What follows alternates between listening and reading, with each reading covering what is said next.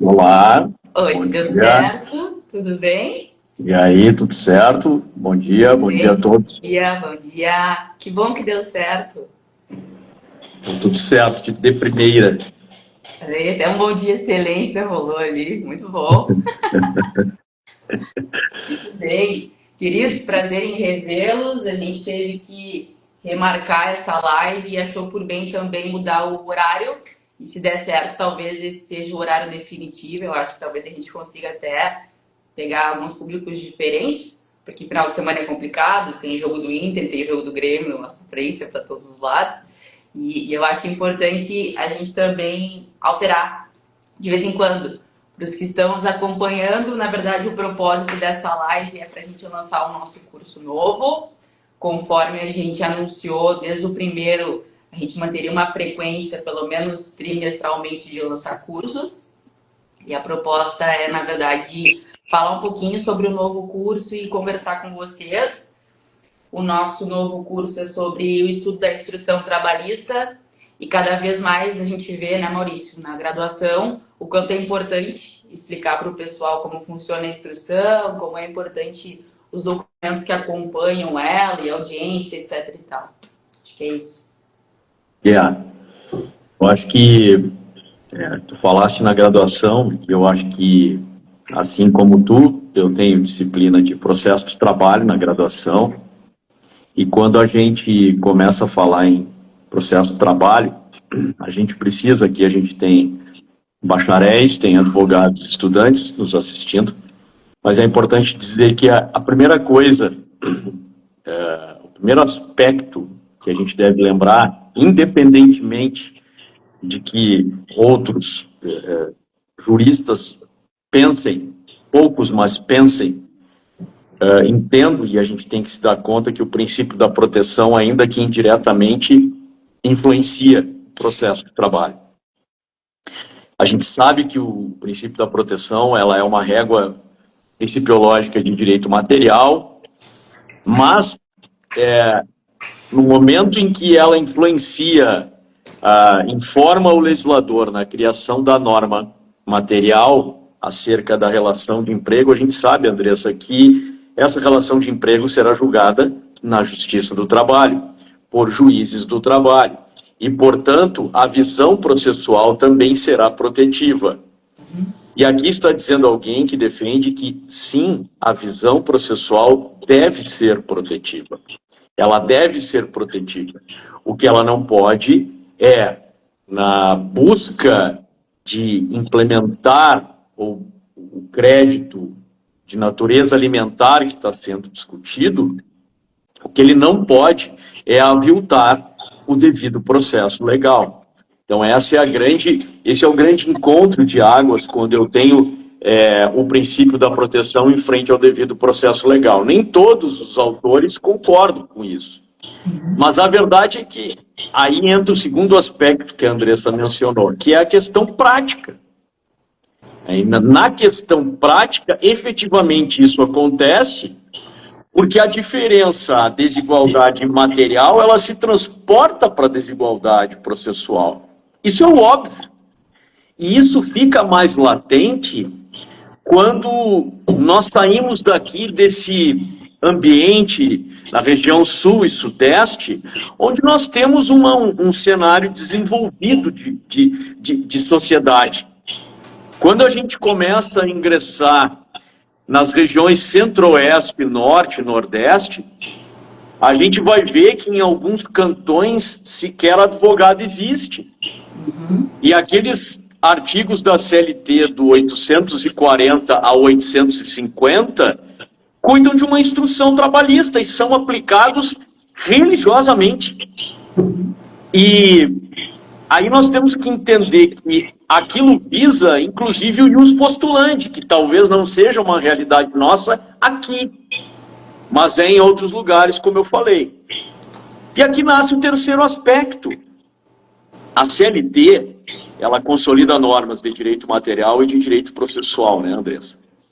E aí, quando ela faz isso, ela cria uma colcha de retalhos trabalhista amparada, já que é de 43, no CPC de 39.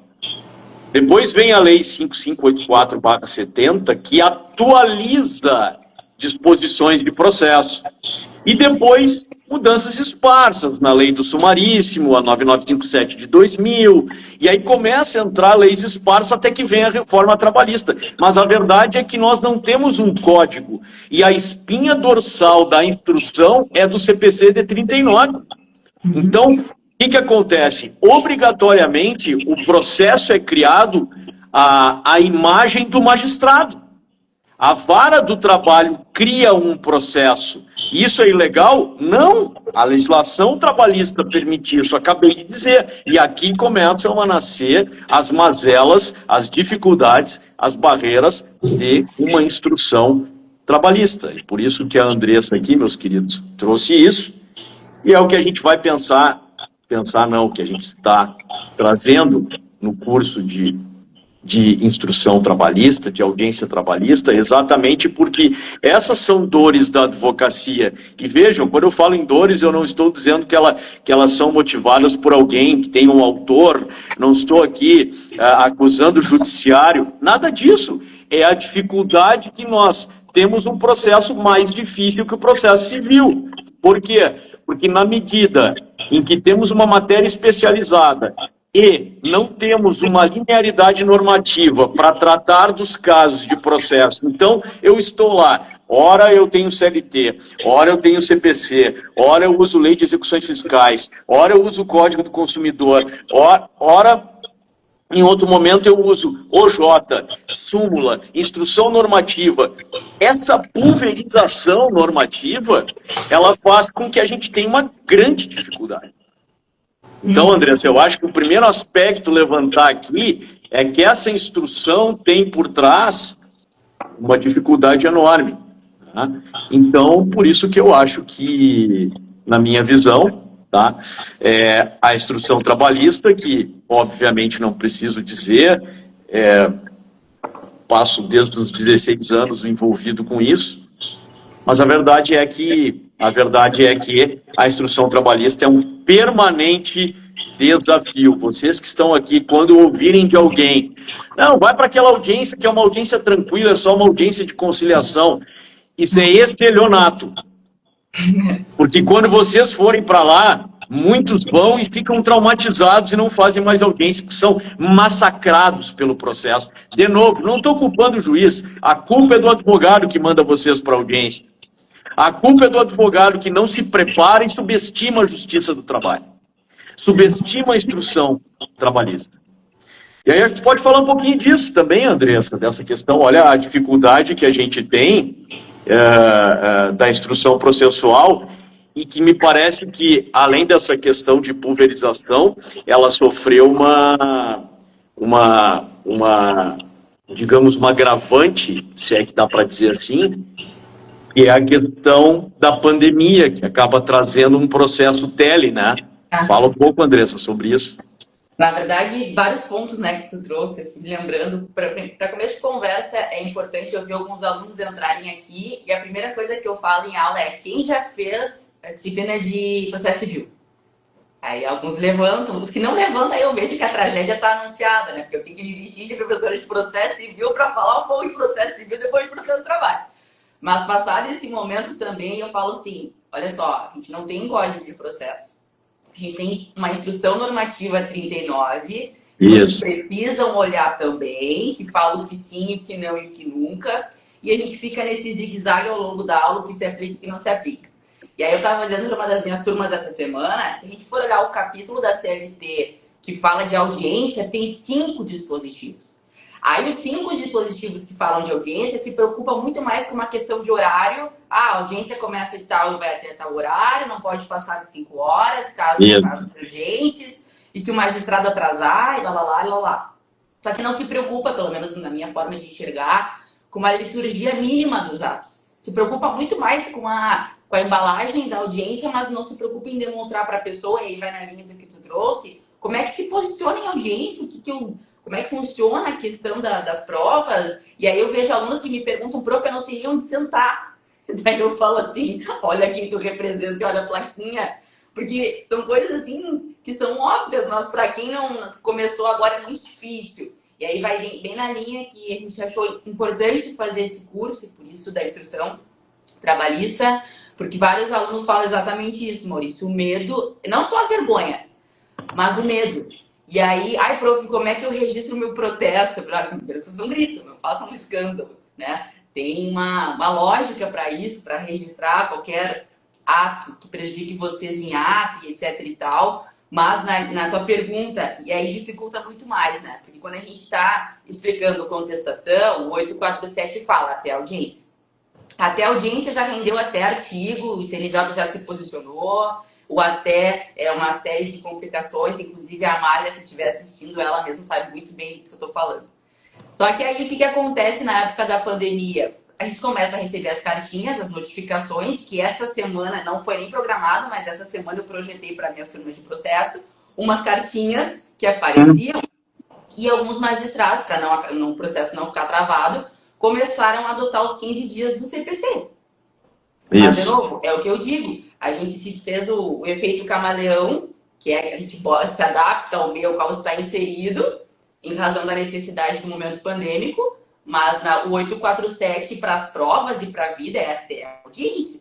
Só que depois da pandemia, eu não sei se aparece assim para ti também, Maurício, só que toda cartinha que eu recebo para responder e fazer contestação, eu falo, tem que ver se é até a audiência ou tem que ver se a gente tem 15 dias para contestação. E é um problema muito grande, porque explicar isso é complexo, explicar para as pessoas que vão começar ou que vão fazer uma prova ou que querem advogar, que não entendem a lógica e aí se preocupam com a questão de juntar as provas no sigilo ou no não sigilo, se demonstra, se não demonstra. E aí tem a audiência que faz aquele momento de conhecer tudo o que está acontecendo. Então, eu acho que esse curso, na verdade, ajuda a todos, na medida que dois advogados podem caminhar juntos. Eu acho que, diante do que tu está falando, acho que são algumas coisas importantes para falar e que eu insisto sempre com o meu time, escritório. Uma das coisas é o seguinte, número 1, não se subestima a audiência, ou seja, a audiência ela é una e a concentração dos atos, ela, como princípio, e se não for princípio, como diz o professor Amador Paes de Almeida, se for princípio característica ou característica princípio, o juiz tem a prerrogativa, em razão da celeridade, do crédito que se instrumentaliza, ele tem a prerrogativa de concentrar o maior número de atos. Então, não é nem um pouco ilegal ou abuso de direito de poder eu exigir que o advogado se manifeste na hora, oralmente, sobre determinado requerimento ou documento que fora juntado antes da audiência. Né? A gente vai pedir prazo e muitos juízes vão dar o prazo, porque a CLT tem artigos que prevêem isso. Está lá no 847 da defesa, no 852H, quando fala da manifestação sobre documentos no sumaríssimo. Então, assim, tem manifestar-se-á oralmente, está escrito lá. E isso não precisaria estar escrito. Então, esse é o primeiro ponto. Segundo ponto, que é anterior, na verdade, deveria ser o primeiro. Ler a notificação que chega. A citação ou notificação, como queiram tratar. Uma notificação que faz, às vezes, de citação. Quando a gente recebe a citação e a notificação, exatamente por essa celeridade, essa característica, a notificação, muitas vezes, vem com um despacho enorme, aonde ali traz, inclusive,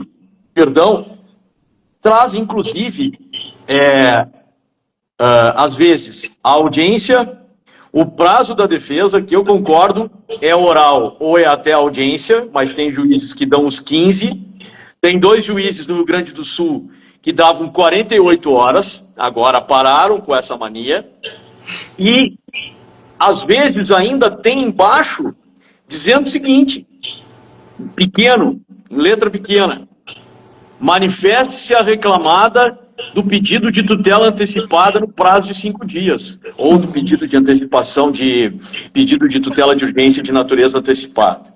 Então, assim, a notificação ela é crucial. Independentemente se eu for criticar a exiguidade do prazo, os prazos muitas vezes estão ali e a gente perde. Esse é o primeiro ponto. Exceção de incompetência em razão do lugar. Mudou com a reforma trabalhista, é 5 dias do recebimento da notificação. Não era mais como era antes em audiência. Então, até a audiência. Então, essas questões, se eu não sou do ramo, eu tenho que estudar. Porque senão aquela premissa grosseira, mas que eu gosto muito, de que ovelha não é para mato, ela se concretiza. Essa é a verdade. Então, esse é o ponto. Né?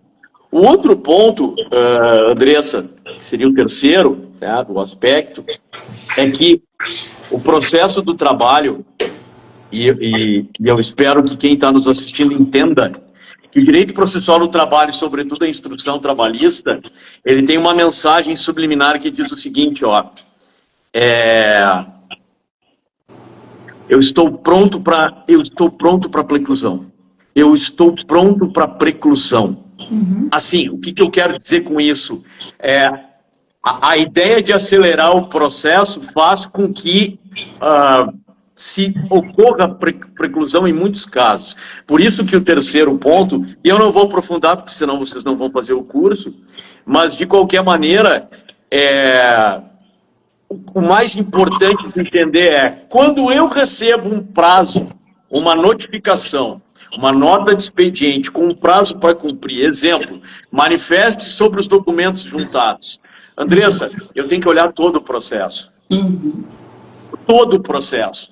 Porque eu já estou intimado do processo e não do prazo. E se daqui a pouco eu vejo no processo que tem um laudo juntado, eu estou intimado do laudo. Alguns até falam que defendem a tese de que a notificação deve ser para cada ato, e alguns juízes assim entendem. Eu não corro esse risco. E eu, se o juiz fosse, consideraria precluso no momento em que tu tomou ciência. Eu não posso alegar cerceamento de defesa se eu peguei o processo e eu estou ciente do que aconteceu. Preclusão consumativa se eu não tive o cuidado, a cautela de me manifestar. Então, assim, essas características, elas são importantes, Andressa. Acho que isso é uma das coisas que permeiam. E aqui, aproveitar e saudar a Fernanda, que trabalha comigo, e o Felipe, querido amigo, advogado trabalhista militante, está acompanhando aqui.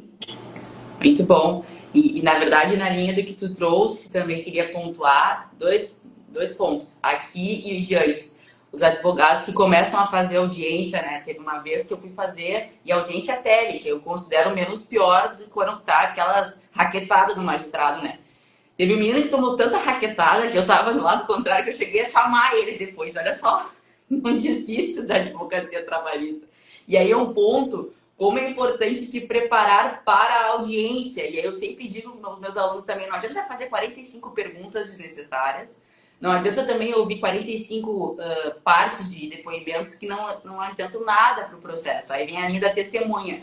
Uma testemunha assim, outra assim, outra assim, e aí cada uma fala uma coisa e só prejudica.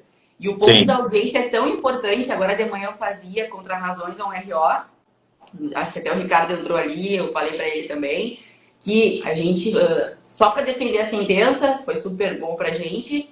E aí eu só pegava trechos da audiência e trazia questão de fato. E aí o advogado da parte contrária botou desenhos, fez quadradinhos, e eu gosto, tu me conhece, eu adoro essas coisas. Vários quadradinhos, várias coisinhas, só que assim, é questão de prova e questão de audiência. E aí até eu falava agora há pouco, não adianta trazer um monte de coisa se na audiência houve confissão, se na audiência ficou demonstrado, aí vem o negócio da bola dividida em audiência, que é um momento para fazer as perguntas que de verdade podem ajudar no processo. Então, assim, não só a questão da instrução, e falando um pouco também do curso, não só os módulos que a gente vai falar, da importância da inicial, da importância da contestação, não só isso, mas a questão das provas, o quanto elas são importantes, e ao fazer qualquer tipo de resposta, inclusive para fins de não preclusão, como tu traz, é importante isso, né? Eu gosto sempre, talvez até pecar pelo excesso, eu sempre boto os IDs também, e de tal, e de tal, e de tal, e trazendo, porque na verdade, além de facilitar me parece que demonstra mais uma certeza do argumento.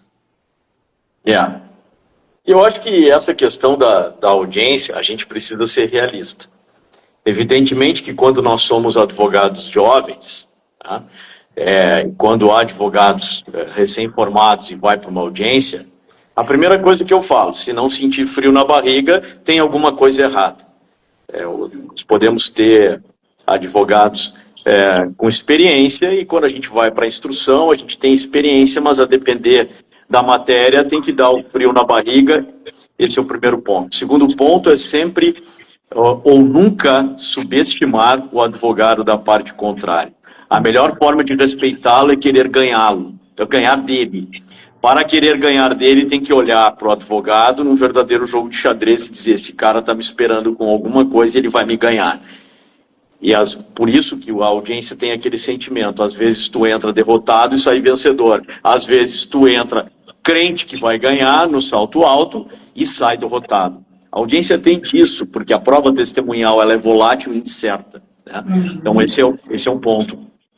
Quanto a outra questão importante que se aborda, é que de fato muitos juízes percebem, eu não vejo isso como maldade, quase uma tendência natural, percebem quando o advogado é inexperiente.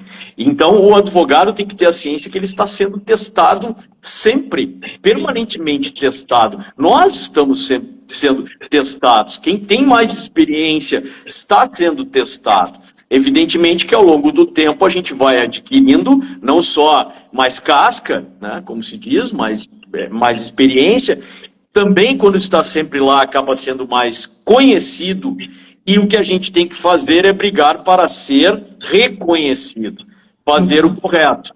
E fazer o correto não se briga com o servidor, não se briga com o juiz, não se entra, é claro, e aqui está falando alguém que já teve vários embates com juízes e com colegas da parte contrária, não vou ficar aqui pagando de moralista, dizendo que eu sou o advogado mais controlado, porque não sou advogado medicado, é diferente. Tá?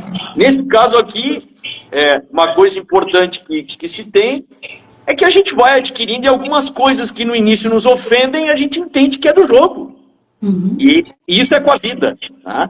Então, às vezes o juiz percebe que o advogado é novo e se aproveita disso.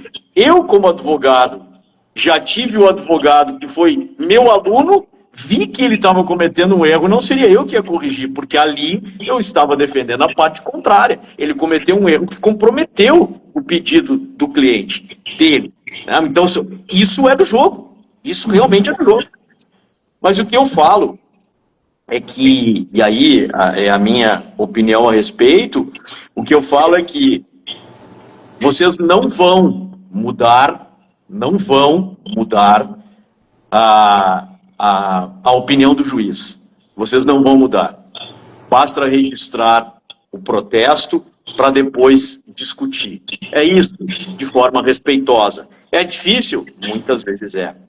Muitas vezes por quê? Porque às vezes também o magistrado tem uma certa postura birrenta e que muitas vezes dificulta. Ó, o Felipe, que é um advogado experiente aqui, ó, ele coloca, tive uma audiência em que a juíza queria adiar porque juntei documentos antes da audiência, mas a outra parte, seu advogado, deixar de comparecer e insistir na aplicação da revelia e confissão. Pois e aí é aquela coisa, eu juntei documentos, por que vai adiar? Mas eles deveriam estar aqui para se manifestar, tá correto, Felipe? Se eu sou juiz, o Felipe junta documentos, a reclamada não comparece. Eu disse, olha, perde o sentido eu adiar para ter documentos se eles não vieram para depor. No momento que eles viessem para depor, eles teriam a possibilidade de manifestação. Concordo. Mas aí, Felipe, entra um ponto que tu já me conhece, tive o prazer de te ter como aluno no mestrado, e a gente debate muito isso, a gente já debateu muito isso. Aí, Felipe, entra também a questão de que, assim como muitos advogados, e é por isso que a gente está aqui, né? Muitos estão aqui no horário do seu almoço e tal, mas estão querendo aprender, ouvir, e a Andressa e eu também, né? Mas, às vezes, e não é uma maioria, mas alguns juízes, Felipe, param de estudar. Alguns juízes deixam de entender a lógica processual. Alguns juízes ficam bitolados a ponto de não entender que do outro lado vai se gerar uma nulidade, vai se gerar uma preclusão. E aí não é uma questão de dizer, é claro que é bom que o juiz que advogou, de regra, aquele juiz que pregressamente advogou, ele tem uma experiência, ele sabe como funciona. Mas a verdade é que se eu conduzo o processo, e aí eu preciso dizer, a maioria dos juízes, né, Felipe, hoje tem evitado a nulidade. Por mais que ele te diga, mas vai ouvir de novo, doutor Felipe, a testemunha, eles evitam a nulidade. Né? Exatamente porque o tribunal vai chegar lá e o tribunal hoje tem mandado voltar, porque tu tem que esgotar a prova. E quem tem que saber disso é o Felipe. Eu, Andressa, Fernanda, Raquel, todos os colegas que estão aqui. Wesley, todos que estão aqui, tem que saber. E isso é uma coisa, quando o juiz diz, mas nesse caso, não, eu é que tenho que saber. Eu tenho que saber.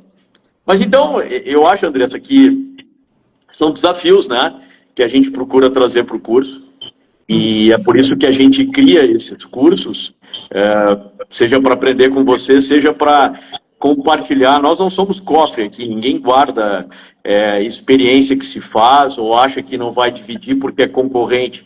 Cada um tem um perfil, tem espaço para todo mundo, agora é um grande desafio, né? Uhum.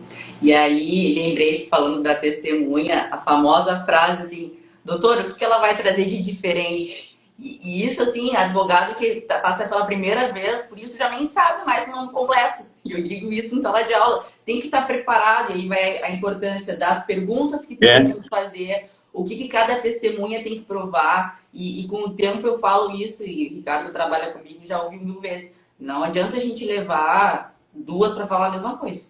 Não adianta. O que vai trazer de diferente? E aí dá uma dinâmica processual e também respeitando a ideia de não ser anulado depois, né? De não ouvir, etc e tal. Então, parece que é bem importante. E aí, pegando o gancho no que tu falou, para os que estão aqui conosco, o nosso curso fala exatamente disso. Ainda é o pré-lançamento. Se quiserem, o Diogo, que nos acompanha, já botou aí no chat para vocês. A proposta, na verdade, é exatamente isso, né? É a instrução, a inicial, ali, a contestação e um pouco de prova. Traremos também a questão do ônus da prova, que é um problema, e aí a inversão do ônus e todas essas coisas assim. E quem quiser, né, Maurício, seguir nos acompanhando, fica o convite aí para conhecer também lá no nosso Instagram. Depois essa live fica tanto no Instagram, Góes e Munaro, que é o nosso, como no nosso YouTube também.